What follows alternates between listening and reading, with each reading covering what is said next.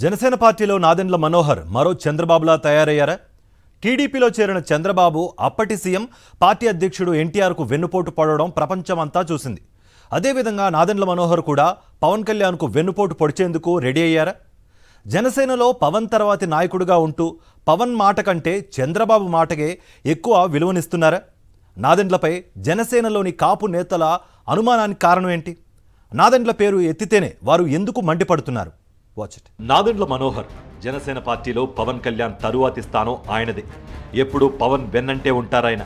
Party అధ్యక్షునిగా పవన్ కళ్యాణ్ చెప్పే మాటల కంటే చంద్రబాబు చెప్పే మాటలకే నాదెండ్ల అధిక ప్రాధాన్యతనిస్తారనే ప్రచారం ఎప్పటినుంచో జరుగుతోంది. కొన్ని సందర్భాల్లో చంద్రబాబు సూచన మేరకు పవన్ కళ్యాణ్ను తెలివిగా తప్పుదోవ పట్టిస్తారని జనసేన నాయకులే ఆరోపిస్తున్నారు. టీడీపీ కార్యాలయం నుంచి అందే స్క్రిప్టు, సలహాలు, సూచనలు ముందుగా నాదెండ్లకే చేరుతాయి. దాన్ని ఆయన సొంతంగా మాట్లాడినట్టు ఎల్లో మీడియా ముందు బిల్డప్ ఇస్తారు.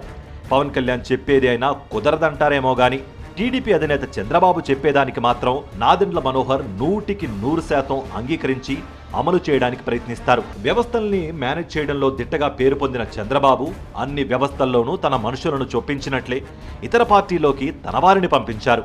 అలాగే జనసేనలో కూడా చంద్రబాబు కోవట్ నాదెండ్ల మనోహర్ అని జనసేన నాయకులు చెప్పుకుంటున్నారు.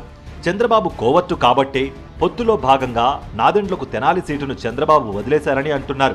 నాదెండ్ల పోటీ చేయాలనుకుంటే గుంటూరు జిల్లాలోనే తన సామాజిక వర్గం అధికంగా ఉన్న మరో నియోజకవర్గం ఎంచుకోవచ్చు.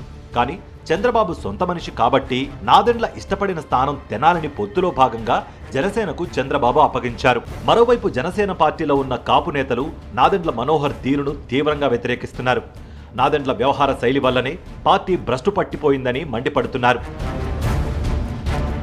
పవన్ కళ్యాణ్ను కలవాలంటే ముందుగా నాదెండ్ల అనుమతి తీసుకోవాలా అంటూ ప్రశ్నిస్తున్నారు.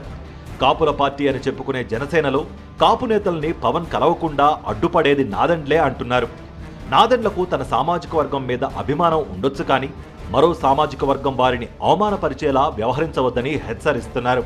పార్టీ కోసం కష్టపడి పనిచేసిన ఎంతో మంది కాపు నేతలు బయటకు వెళ్లిపోవడానికి నాదెండ్ల వ్యవహార శైలే కారణం అనే విషయాన్ని గుర్తు చేస్తున్నారు.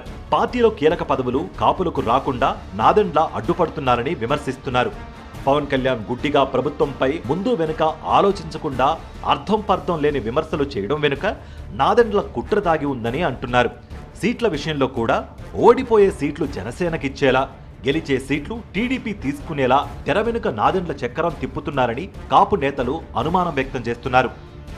ఎన్టీఆర్కు ఏ విధంగా చంద్రబాబు వెన్నుపోటు పొడిచారో అదే తరహాలో నాదెండ్ల మనోహర్ కూడా జనసేన పార్టీని భూస్థాపితం చేయడానికి అందులో చేరారనే కామెంట్స్ వినిపిస్తున్నాయి. నాదెండ్ల పార్టీలో కీలక స్థానంలో కొనసాగితే ఎప్పటికీ తెలుగుదేశం పార్టీకి తోకగానే మిగిలిపోతుందని కాపు సామాజిక వర్గ నేతలు అభిప్రాయపడుతున్నారు.